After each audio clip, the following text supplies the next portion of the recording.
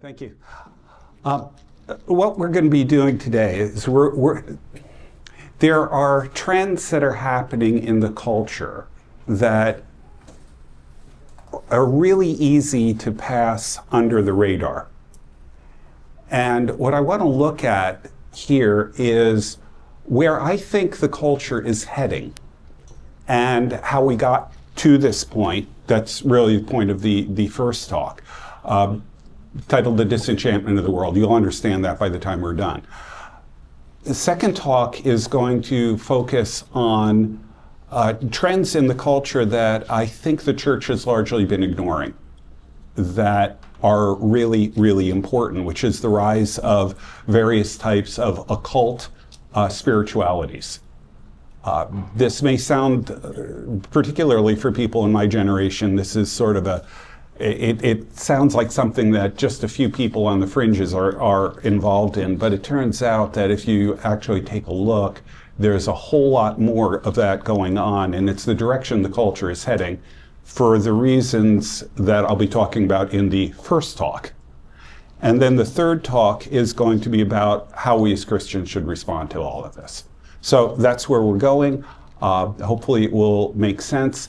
I'm not going to focus so much on the things that we usually talk about, secularism, things like that, which have been the thing that the church, the evangelical church, has been most concerned with for the past decades. Because it turns out, as we'll see, I would argue that secularism is dead. It's perhaps mostly dead as opposed to all dead, but it's largely past. Its time is gone. So that's where we're heading. Let's just start up. Now, when we talk about the disenchantment of the world, the place I really want to start is an enchanted world. What did we see the world as being like in the Middle Ages? This is a good place to start because it gives us an illustration of a world that is a Christian world, but that sees the world in radically different terms than we do today. And I want to focus particularly on two things, and they're interconnected. One of them is the existence of the invisible world. That is to say, angels, demons, and even in many cases, some things in the invisible world that are between the two. The belief in what in Britain is called the Fae. These other sort of intermediate invisible beings. These were believed to be all over the place. And they were believed to be interacting with people. They were believed to be influencing the shape of the world and so on. Now, the reason why I want to start there is that as Christians, if we accept the Bible, we believe in the existence of angels and demons, but in practical terms, we act as if they're not there. The medieval world was very different. They understood that the invisible world exists and that it interacts and is actively involved in the visible world, influencing it in different ways, and frankly, the other way around, the visible world influencing the invisible. Very different from the way we look at things today.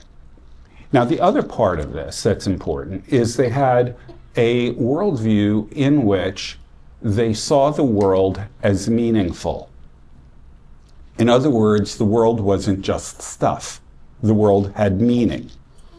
When you look out at the stars at night, they weren't just a long distance away balls of flaming gas.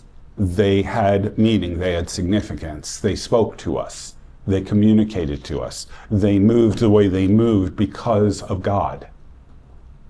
And actually, ultimately, if you follow it through, the stars moved in the sky. Remember, they believed that the earth was the center of the universe. The stars moved out of love of God. There was a significance to this, and even these things had influence on the world here. What we call physics, the things that we would describe as physics, they saw the universe operating largely on the basis of what they would refer to as occult forces. Now, don't let the word occult spook you here. What that word really means is just the Latin word for hidden. There were hidden forces that were in the universe that you could manipulate, you could use in different ways to bring about changes in the world around you. So for example, a gardener who forced a plant to bloom early or to bloom late was doing this not on the basis of anything that was obvious. There's no obvious way of doing that. So he's working with some kind of hidden force that is allowing these things to happen. A smith who is forging a sword. He takes the sword when it's red hot and puts it in water, quenching it. And when he did that, the properties of the sword changed. It goes from being relatively soft and not able to hold a really good edge to suddenly being hard and able to hold a good edge. He's transmuting the iron into something new. How does that work? It's not obvious. He's working with hidden occult forces. But this extended into all kinds of other areas. They believed that the universe was really governed by these kinds of occult hidden forces. Now, again, don't take the word occult in the modern sense of the word. It just means a hidden, something that's hidden. So that's the way they see the world. The world is operating on really different principles and includes a whole lot more than we typically see the world as having. But all of this is under God. It's in a Christian framework. It's all under the authority of God. So that's where we start off. A Christian, but I will use the word enchanted view of the world. Now, this begins to change right about the period that I got my doctorate in, the 16th, 17th century. And it begins with something called mechanical philosophy. Again, don't let the word philosophy fool you here. Philosophy includes what we would describe as science. Okay, the modern word science doesn't come up until much later, the way we use the word. So we'll talk about how we get there in a bit. But mechanical philosophy was really an attempt to get rid of these occult hidden forces, to explain the universe in ways that didn't require specifically something called action at a distance. Now, what does that mean? Well, think about a voodoo doll. Okay, so you've got a voodoo doll, and you stick a pin in it, and I jump. Okay, what is the connection between the voodoo doll and me? There really isn't. I mean, you've got a bit of my hair or fingernail or something like that in it, which makes the connection in the theory, but how does that work? You do something over there and I instantly respond over here, but there's no physical connection between the two. Mechanical philosophy rejected that idea. It rejected the idea that anything could happen that would instantly affect something else unless there were a physical connection between the two.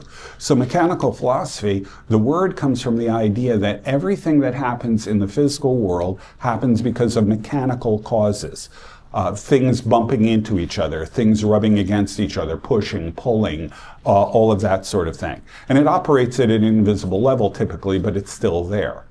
If you take someone like the guy on the right there, that's René Descartes. Descartes was a mechanical philosopher. And he actually developed a way of explaining the way light works and, prisms and all of that sort of thing using mechanical forces. Now, it was wrong. It didn't work. It wasn't the way things really happened.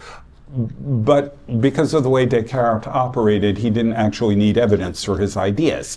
The key thing is he attempted to even show how light is nothing more than mechanical interactions between what we would call particles. Okay, so this is an attempt to get rid of magic. Magic defined again as action at a distance. Now, the problem will ultimately come up with Isaac Newton. When Isaac Newton develops a theory of gravity, he's trying to do this as a mechanical philosopher, but gravity doesn't work according to mechanical properties. Gravity actually operates with action at a distance, as it turns out.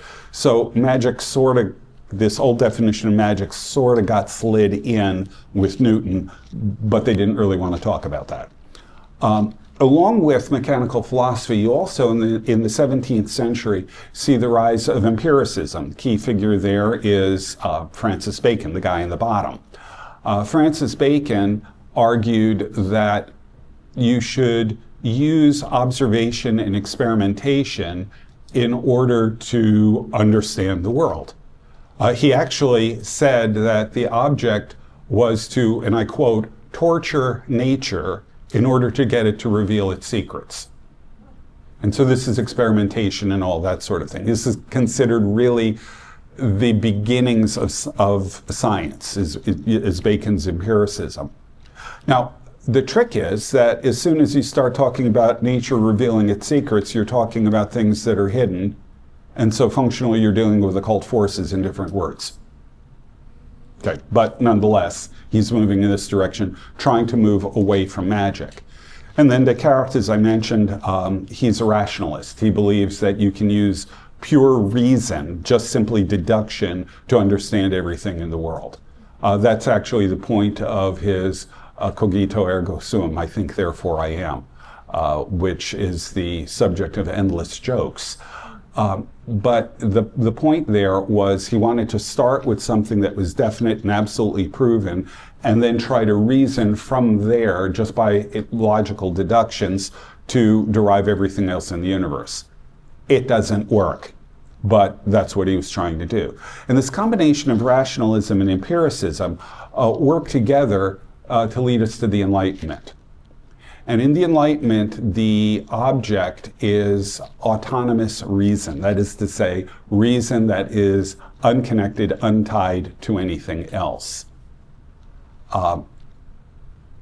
In other words, reason done apart from God. Reason as something that we have, that we don't need anything outside of ourselves to rely on as a base. And this is a combination of Descartes' rationalism and Bacon's empiricism. Both of them are part of this reason. You're going to use experience, you're going to use observation, but you're also going to use deduction. And the other characteristic of the Enlightenment that is implied with this idea of autonomous reason, reason that's completely independent of any reference to God, is secularism. The Enlightenment, particularly in France, the Enlightenment was very much a secularizing movement. It was anti-Christian, specifically. Anti-traditional Christian. Some of them claimed to be Christians, but they rejected all kinds of basic dogmas of the faith.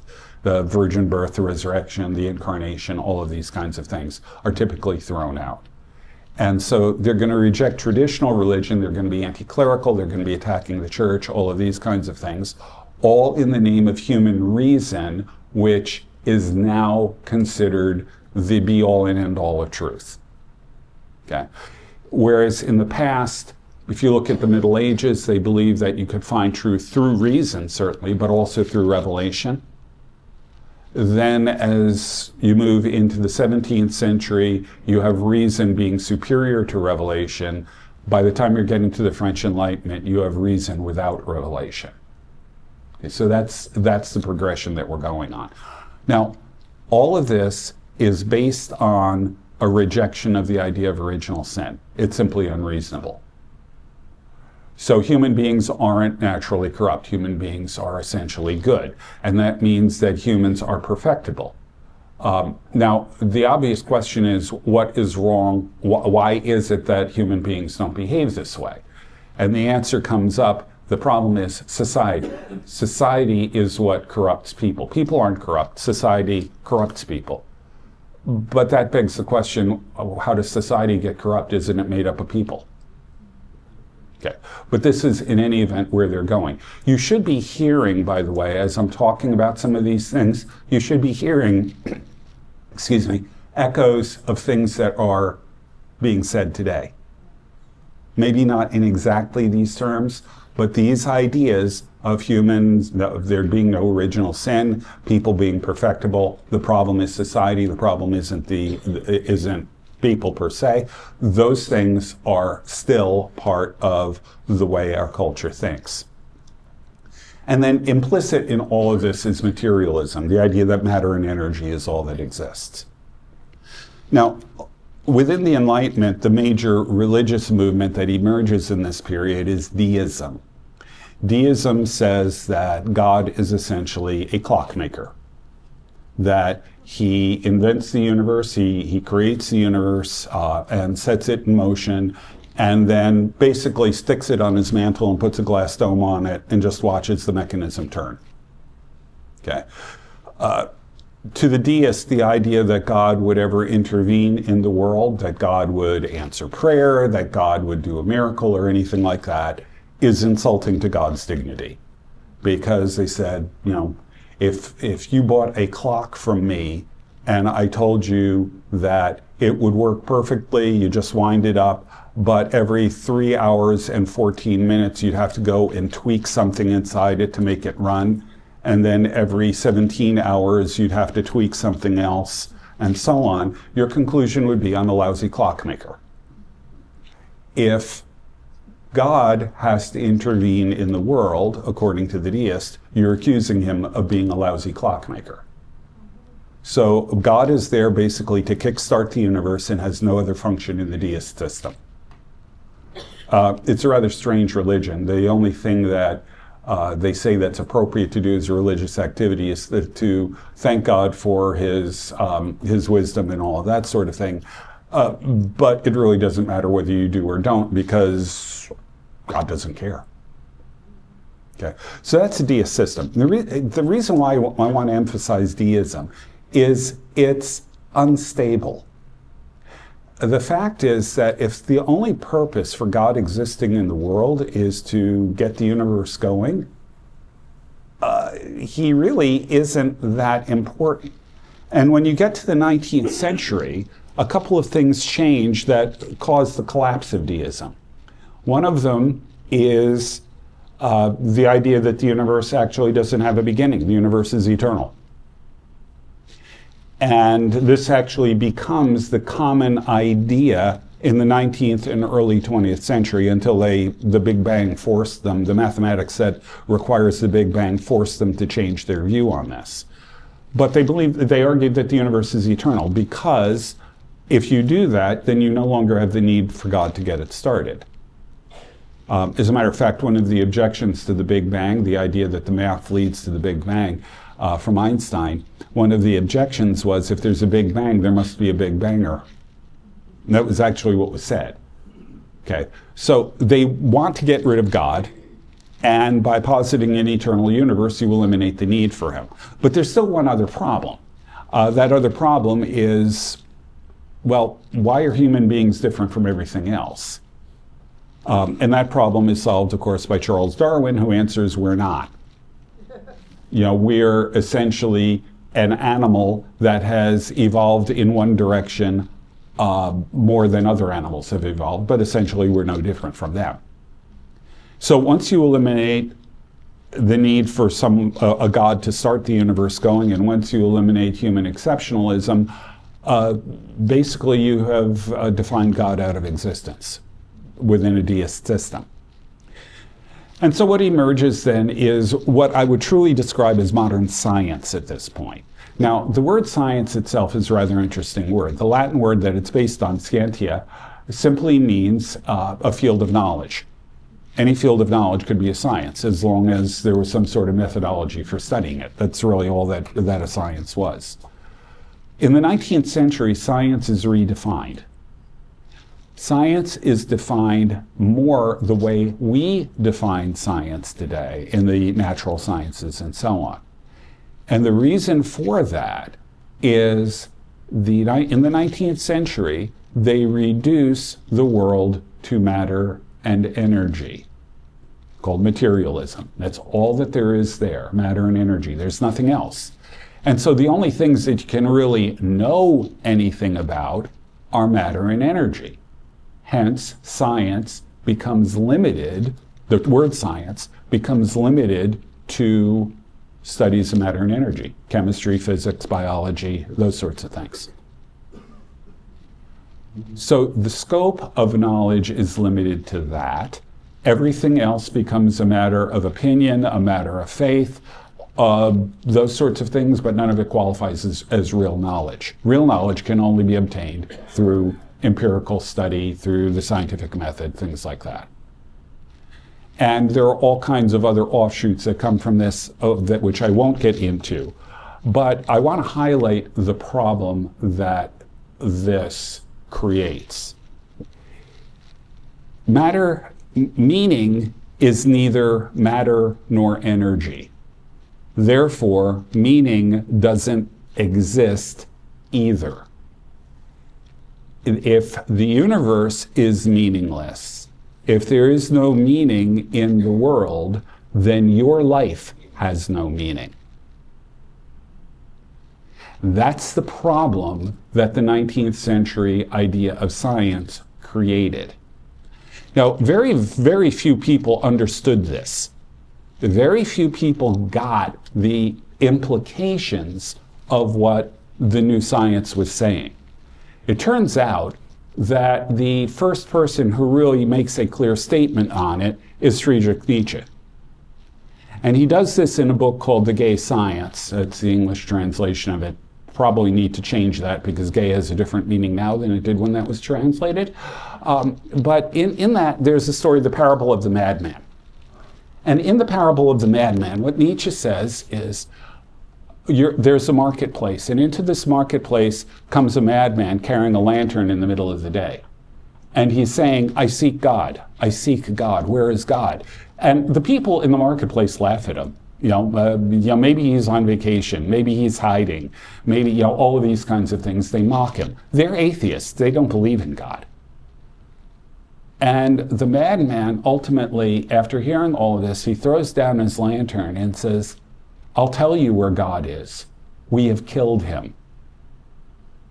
We have killed him. We have detached the earth from the sun. We have eliminated all of these things we just destroyed everything. We've destroyed transcendence, we've destroyed meaning, we've destroyed everything else. How can we possibly be worthy of such a thing? Don't we have to become gods ourselves in order to even be worthy of this, the greatest crime ever committed?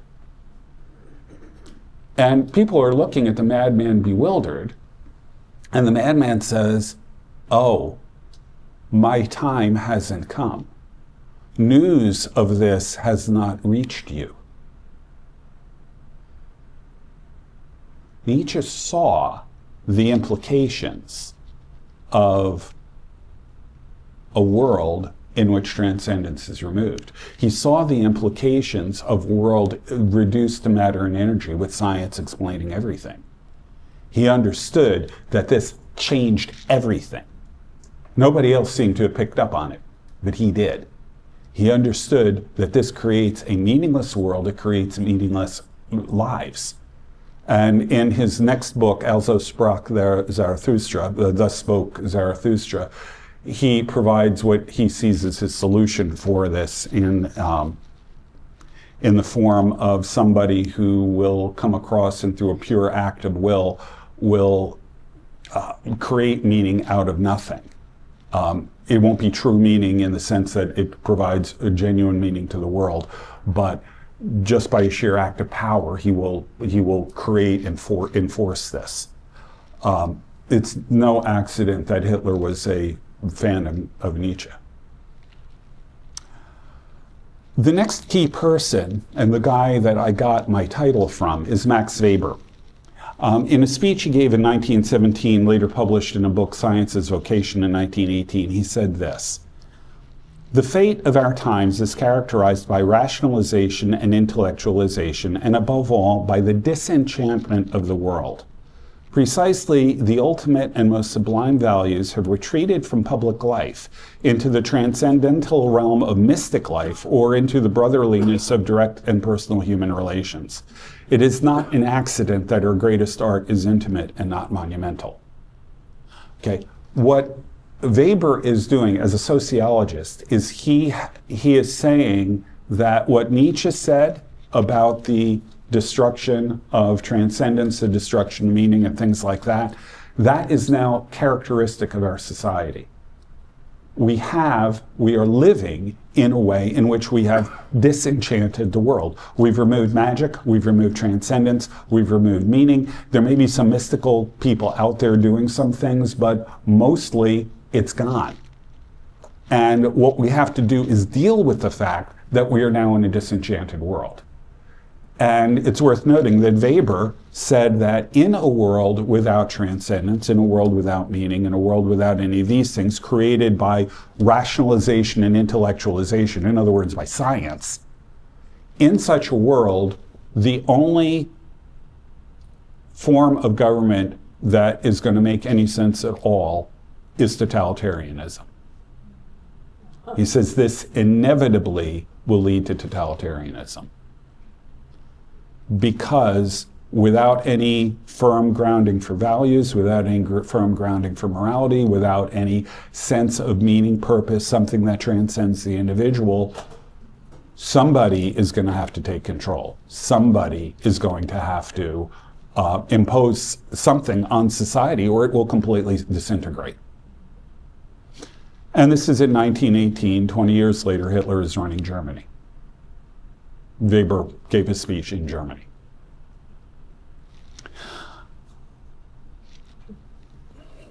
Here's the problem. Here's the other problem. The first problem is the world without meaning means that your life has no meaning.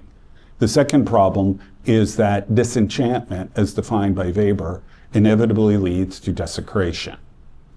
I am taking this, by the way, from Carl Trueman. He doesn't say this, but he says disenchantment doesn't really work as a description of the situation our world is in right now. He says what's really happening is desecration. Okay. I want to connect the two. I believe that the disenchantment that Weber talked about is the thing that leads and causes desecration in the world today.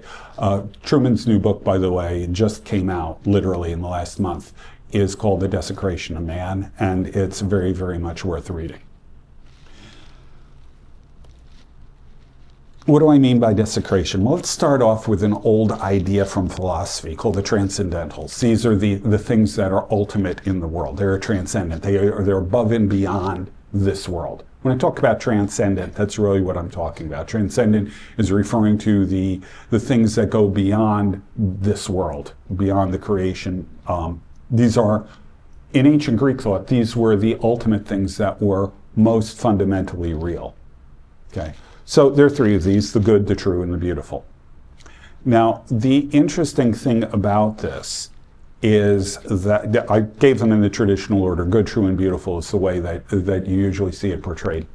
But it turns out that each of these ends up guarding the others.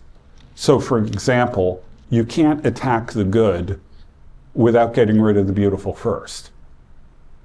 You can't attack the true without getting rid of the good first.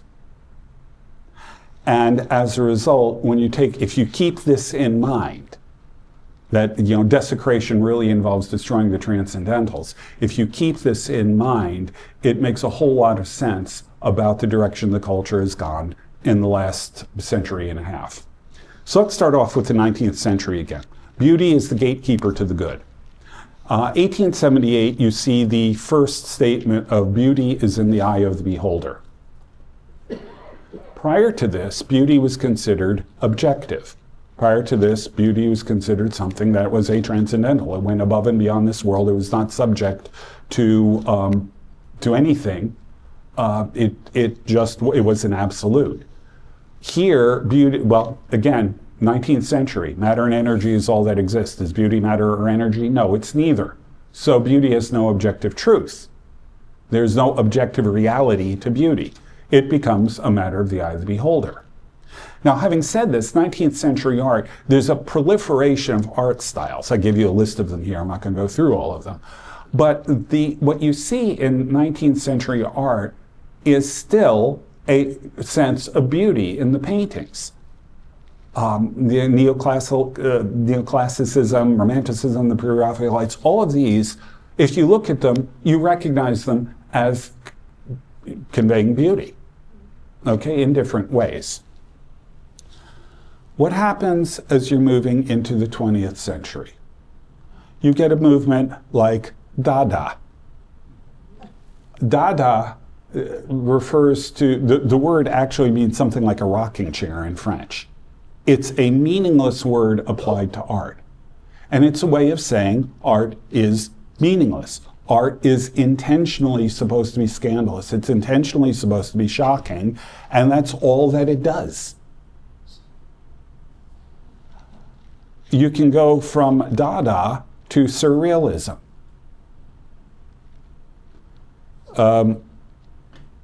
I don't think that this qualifies as beautiful, and frankly, it is rather disturbing itself. Or we can go from Surrealism to Cubism. That's a portrait. What is happening to beauty? Now, all of these are early 20th century, but it turns out you still see things from later periods into the 1970s. And 2011, I believe.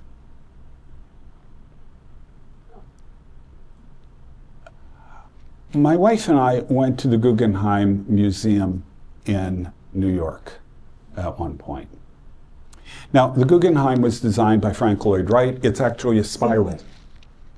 As a matter of fact, my mother, who grew up in New York, said she always kind of wanted to roller skate down it. It's part of, I think it's part of MoMA, I think it's part of the Metropolitan Museum of Art, that is dedicated to modern art. And so we went there because Guggenheim is one of the things you should see when you're in New York. Should see.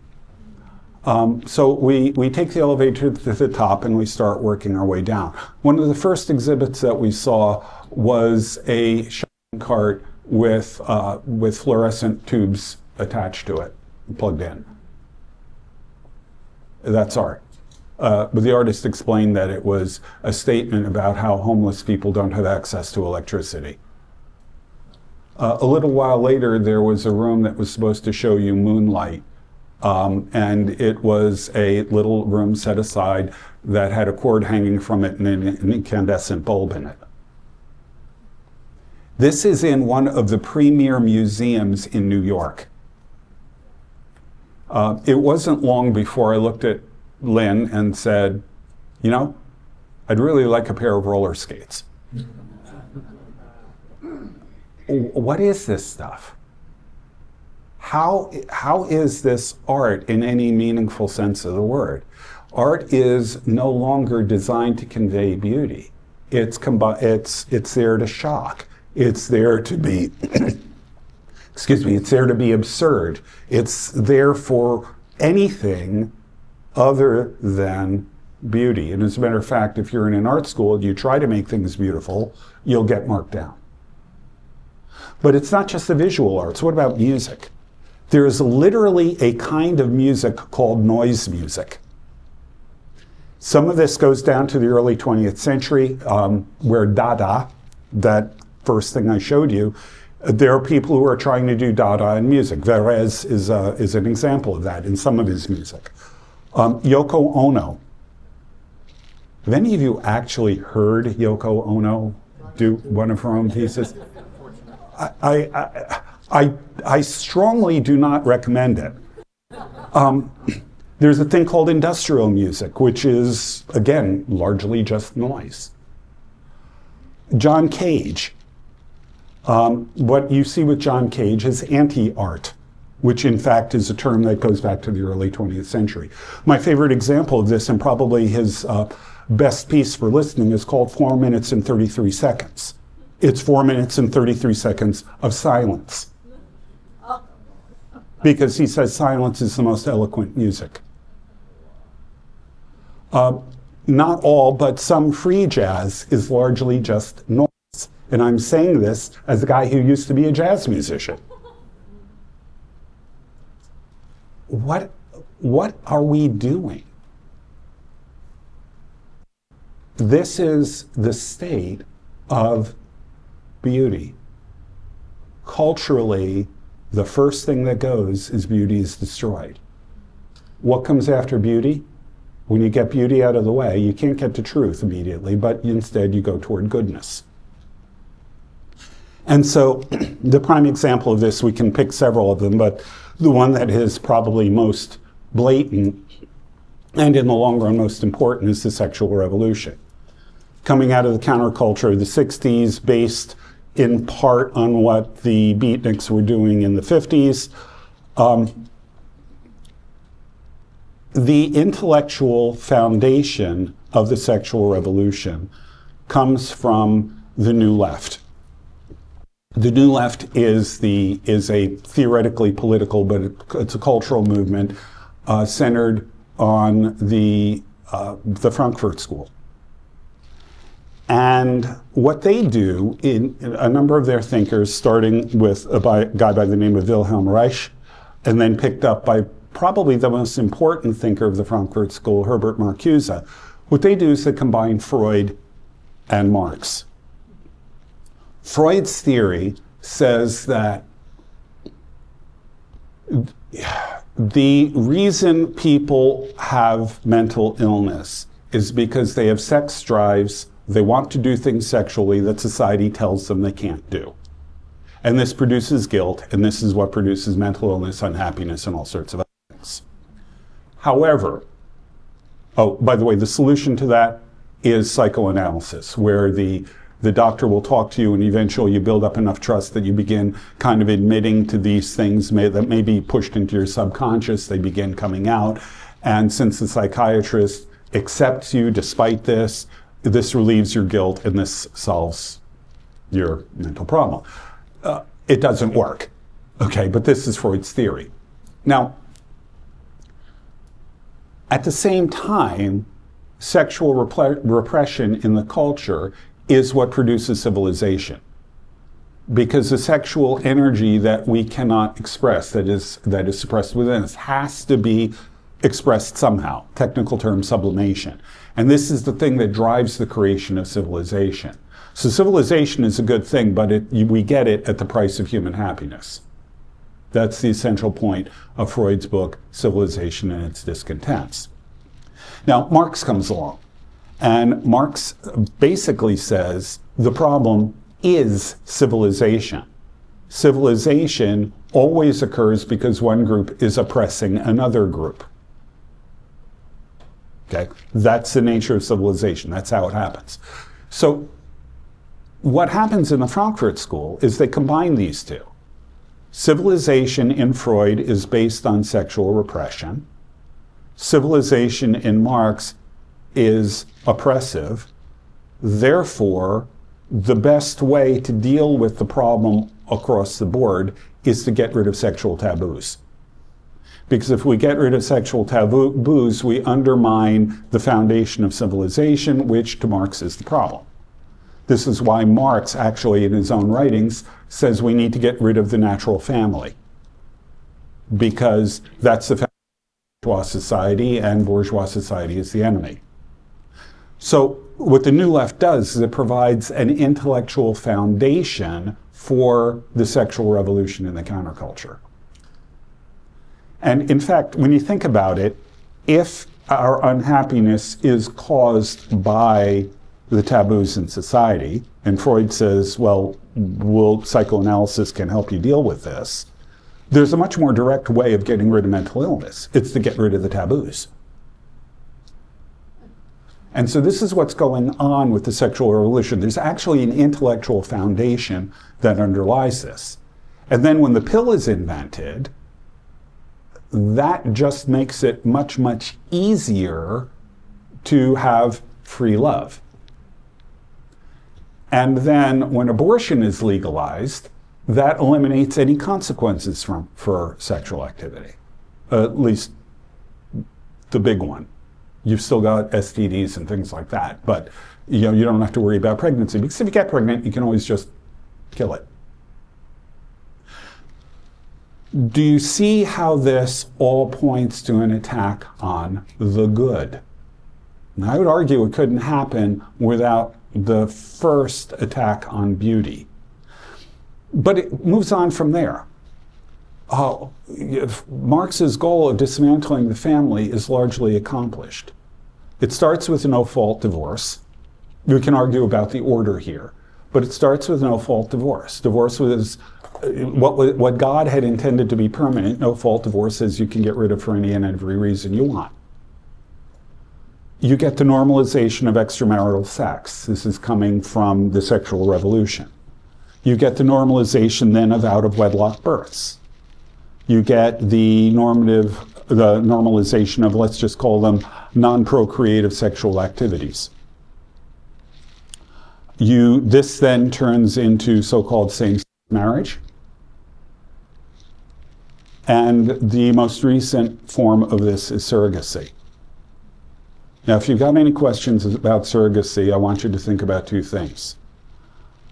First of all, the child, we know, develops close attachments to the mother while in the womb.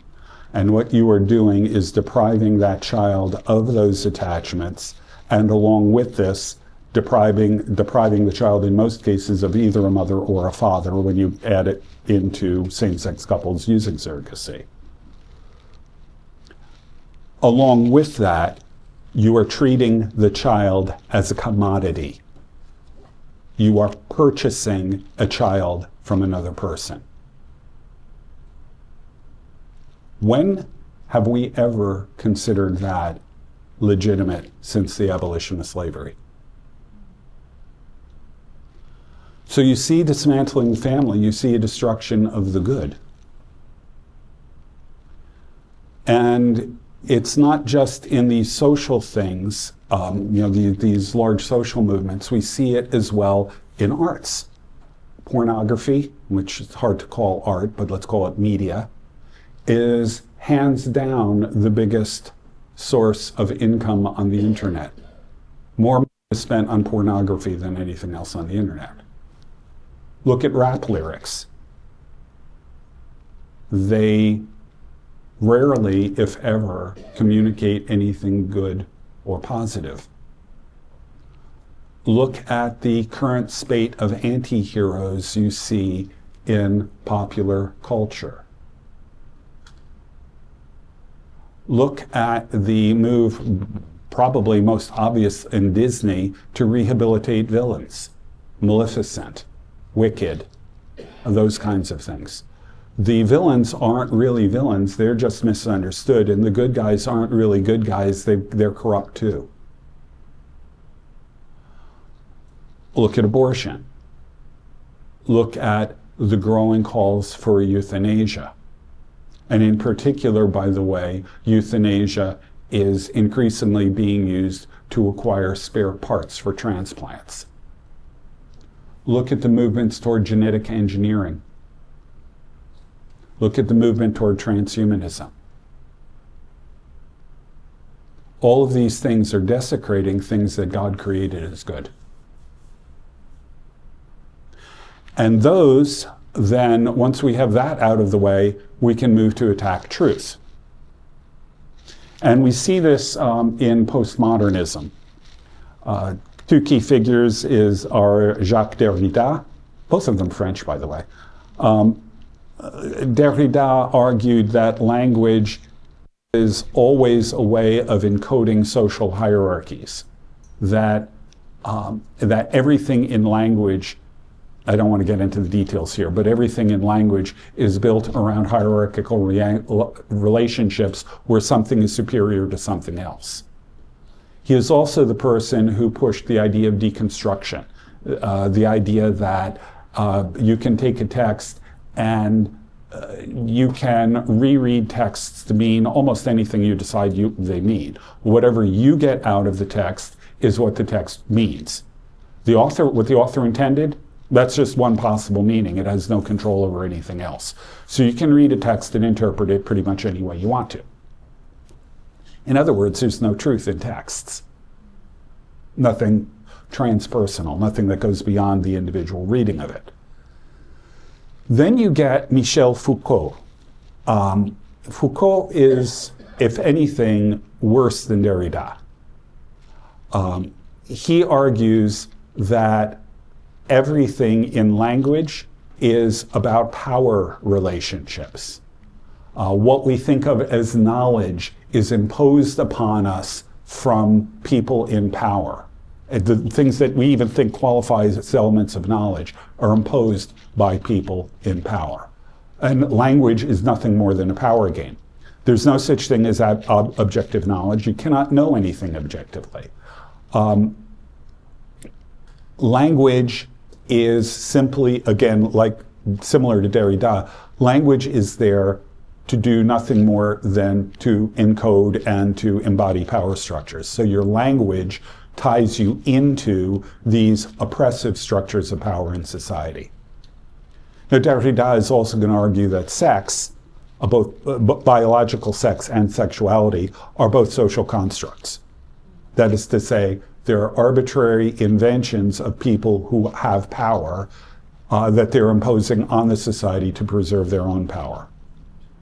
And in particular, he argues that this is used to delegitimize LGBT plus people. Now, it's worth noting that Foucault himself was a homosexual who advocated in favor of an individual in France who was charged with sexually molesting a young boy. Okay. Foucault is a problem, but he's one of the most influential thinkers of the last century. We can add to this, this is Sandra Harding. She's working from a field called, in this case, feminist epistemology. She developed standpoint theory. And standpoint theory is an extension of Foucault. It's based on the idea that who you are is based on your intersectional categories. You probably heard a term like that before. What that means is your identity and everything you think of as true or real is determined by your race, your ethnicity, your sex, your sexual orientation, a handful of these kind of categories that are accepted intersectional categories. You're not really an individual. All you are and everything about you is simply determined by how all of these different categories intersect. And thus, what you consider knowledge may be very different from what somebody else considers knowledge, and neither of you is more right than the other. However, lived experience is seen as a source of truth. So my experience of living in the world is as legitimate a source of truth as anything else. The experience that I have is self-validating. Nobody can question it. And it is self-interpreting. I'm the only one who can know what it means. Now, the reason why this is important is that in standpoint theory, minorities who have to live in the majority culture understand the majority culture, but they also have their own lived experience and they understand minority culture, and thus they have a broader base of experience and a broader base of truth to draw from. And this is why you will find people emphasizing diversity, trying to bring people in from all kinds of different backgrounds, because the assumption is that their different backgrounds will give them a different range of experiences, a different range of truth to draw from. But truth is, again, subjective. It's not objective. So you've got all that going on. The best way of illustrating this is Sonia Sotomayor. In a speech prior to her becoming a Supreme Court justice, she said, "I would hope that a wise Latina woman with the richness of her experiences, lived experience, would more often than not reach a better conclusion than a white male who hasn't lived that life." Why? The white male only knows the majority culture. As a wise Latina, she has lived in the majority culture, so she understands that, but she has a richness of experience that the white male doesn't have as both a woman and as a Latina, and therefore she has a broader range of things that she can draw from, and therefore she will reach wiser conclusions. She will, in essence, know more. Okay, so this is standpoint theory in operation. That's how it works. The point of all of this is that truth no longer exists. Truth in any objective, in any, I would argue, meaningful sense of the word. There's no common ground for us to agree on truth, because you have your lived experience and I have mine. If you are from different intersectional categories than I am, you have a different truth than I do. And there is no way of finding a common ground to determine a transpersonal truth. You can't do it, because objective truth doesn't exist. And thus, every person can have their own truth, and who's to say which is right? Who's to say there is even a category of right or wrong? As a result, there's no criteria for evaluating truth claims. I can point to logic, I can point to my experience, I can point to scientific findings, I can point to mathematics, I can point to any number of things, but none of these qualify as a way of evaluating whether or not something is true. As a simple example, consider the school systems that argue that, and there are systems that do this, that argue that saying that there's a correct answer in math is an example of white supremacy. It is imposing your views on the math. And who's to say that your views are right? It's a matter, it's an exercise in power. Telling somebody they are wrong in a math problem is an exercise of power. Yeah. Now, I'm sorry, the same math will build a bridge in Africa as will build a bridge in America.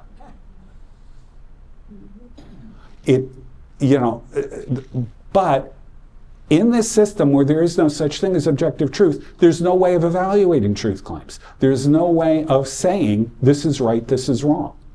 Everything is a matter of a power play, or it's a matter of perspective. There is no such thing as objective truth. So we've gotten rid of beauty, we've gotten rid of goodness, and now we've gotten rid of truth. We've undermined all three of the transcendentals. This is what desecration looks like. The result? Well, people have been talking for the last few years about there being a crisis of meaning in the culture. Basically, the culture has caught up to Nietzsche's madman. We are now in a situation where people are realizing where secularism heads, where this idea of matter and energy is all that exists. There is no meaning, there is no transcendent values, there is no purpose. This creates the crisis of meaning that is plaguing younger generations in our society right now. It is the natural consequence of these ideas that go back to the Enlightenment, maybe even earlier, certainly 19th century science and the secularism that grew out of it. And this, when I talk about a disenchanted world, this is what it's about. It's about, again, we started with the Middle Ages. We said that there are two things that were true about the Middle Ages. There's a supernatural worldview. They recognize the invisible world. You don't with materialism. There is no invisible world. And the second thing is that the world is meaningful, except in a disenchanted world it isn't. So this is the problem that we're facing. And as it turns out, under the radar, there are movements in the culture that are going counter to this. This is a massive problem. This is a problem that people are seeing and feeling, and they're looking for a way out. And unfortunately, they're looking for love in all the wrong places. And that's what our second talk is going to be about, the rise of the counter to this, which is various forms of occult neo-paganism and what I call techno-paganism. But that's what we'll get to next time. Thank you.